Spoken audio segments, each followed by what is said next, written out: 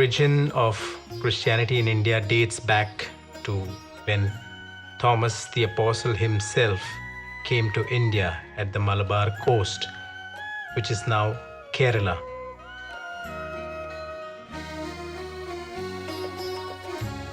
Later on, the Jesuits, namely St. Francis Xavier, came in the very late 16th century. The original conversions were among the Brahmin high caste community, and later on Francis Xavier also did conversions at the Konkan coast near Goa. 2.4% of Indian population is Christian. More than half of that 2.4% should be Catholic. 80% of Indians are Hindu, 11% are Muslims, 2.4% are Christians, and remaining roughly 6% are Sikhs and Parsis, Zoroastrians, and the miscellaneous religions.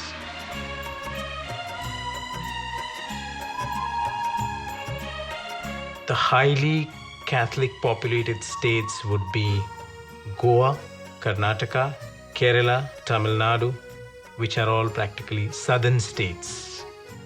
I come from a midwestern state of India called Gujarat, which is also the land of Mahatma Gandhi. Christianity came there in 1893. I can say I am a Christian since past 4 generations.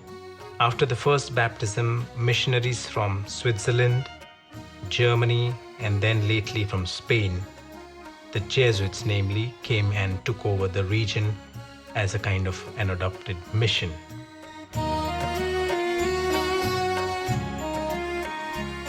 The church in United States is still alive, active, and vibrant.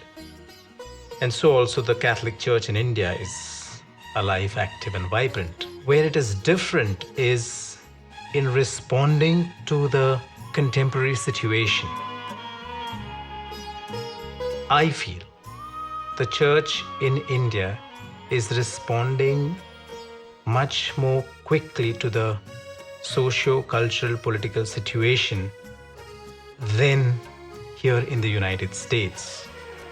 The theology has very seriously taken into consideration the social situation, the situation of poverty, the situation of oppression, injustice, human rights. And liberation theology has developed, not as much as in Latin America, but it has very seriously responded.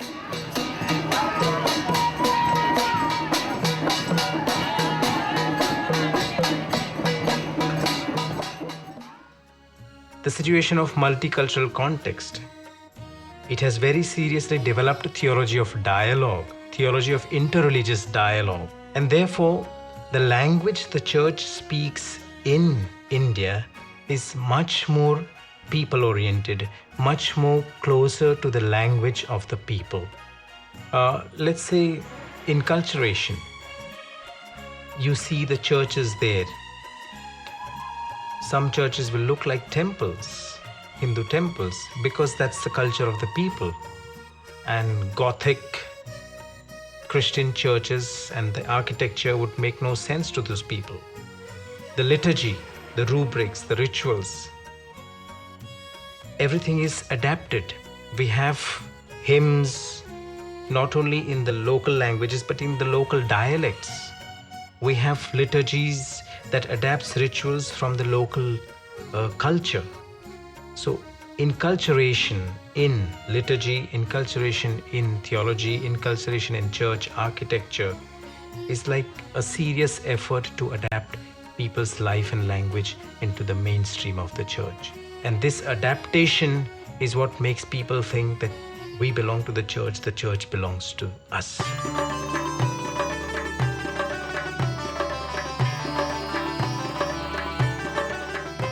The Catholic Church is definitely growing, but it has seen a golden era of conversion or evangelization where masses have accepted Christianity, namely the Dalits and the tribals. But at the moment, situation is changing because of the anti-conversion wave because of the rise of Hindu fundamentalism that is to some extent applying a brake or hindering or creating obstacles to evangelization. Hindu fundamentalism has been on growth now since past 30 to 40 years. But namely in the past 15 years, it has grown at a very fast rate.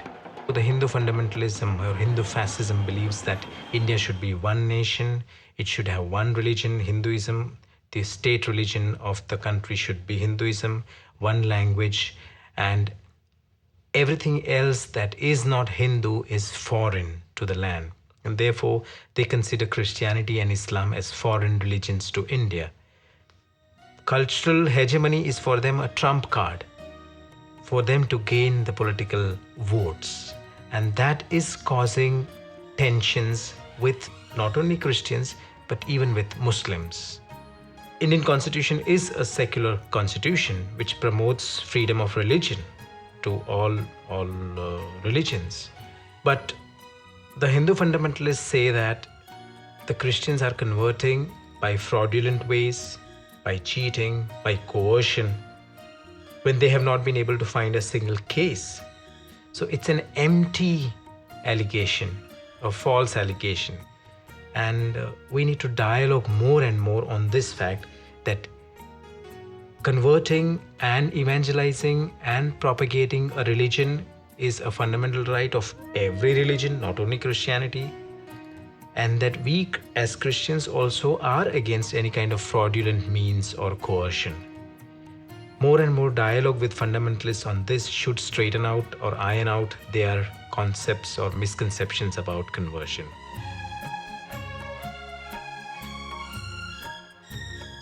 The caste system dates back from the Vedic times, which is centuries before Christ.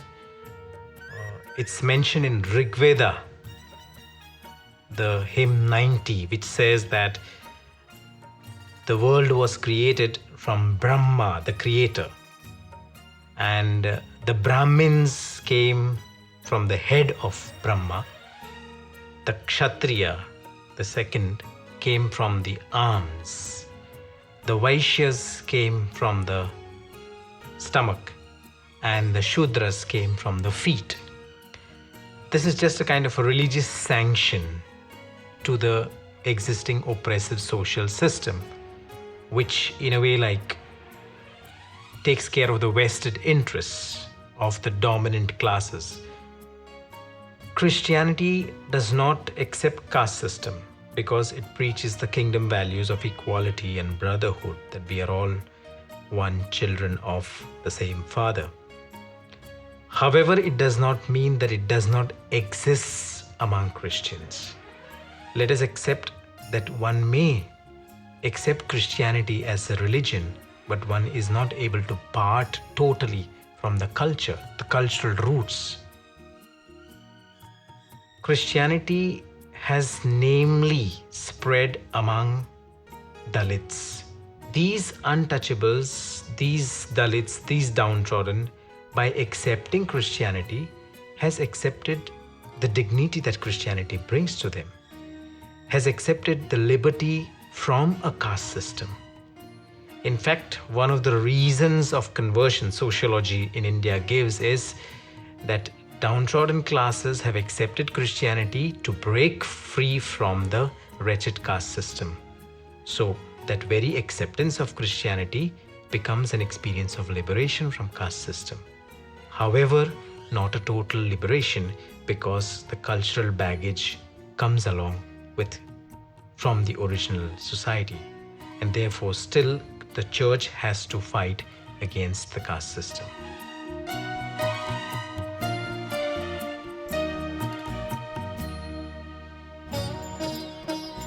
Catholic Church has one of the most efficient way of uplifting the downtrodden, the socially backward and the economically backward classes. I think it has had a very insightful approach of education. The church has very clearly perceived that The most effective and lasting way of uplifting the poor and the downtrodden is through education. And given the state of illiteracy in India, the church has very heroically plunged into mass education, a huge network of education. It has 20,370 educational institutions. It caters to 10 million students, of which 52% are Hindus, 8% are Muslims, and 23% are Catholic. So with this huge network of education, it has borne much fruits. Let's take my own state. The missionaries in 1893 didn't think of making churches and parishes. They first thought of making little schools in every village. As a result, according to the government survey, today the Christians in my state are the second most literate community in the state. And the women, Christian women, are the topmost literate in the state. This is the government record. This is a clear fruit of the missionaries and their educational approach.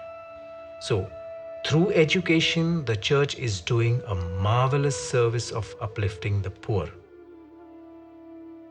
This large Christian network influences the nation's intellectuals. Most of them study in our institutions.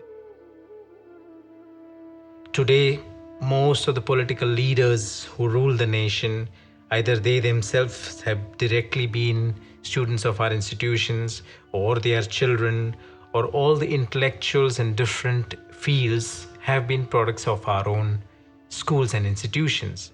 So we do shape and mold their thought patterns. In as much as we do that, we are shaping the mainstream thought of the country, and in as much as we do that, we have political significance.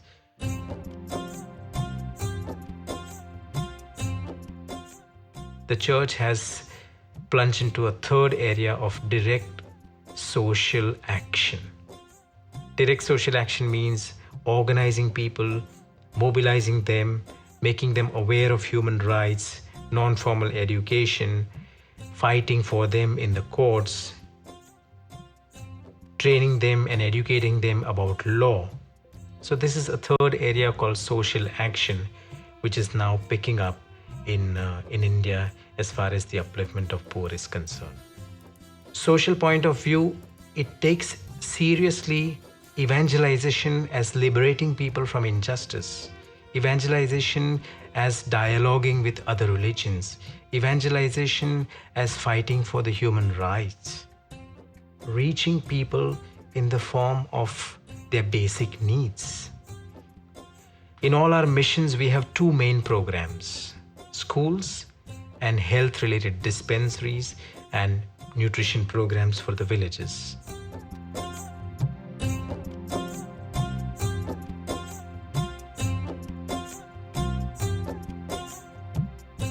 But I would say education, health, and social action are the three great services the church has given to the poor of India.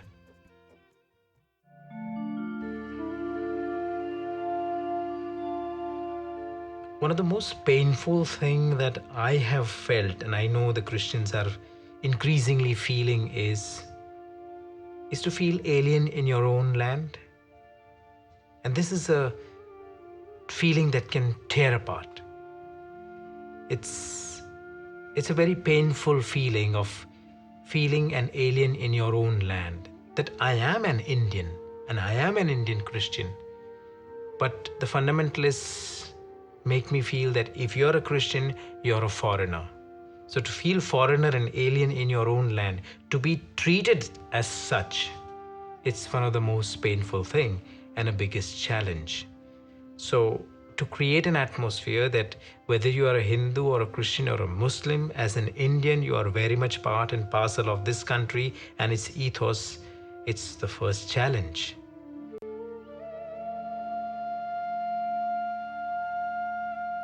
The second challenge that I see is of the polarization of our nation into Hindu and Muslim, into majority and minority. And this is, so to say, dividing country. The third challenge that the country faces is because of this economic disparity, the oppression and injustice to the poor increases. How do we bridge this gap between the poor and the rich? And how do we eradicate injustice? It's one of the big challenge the church faces.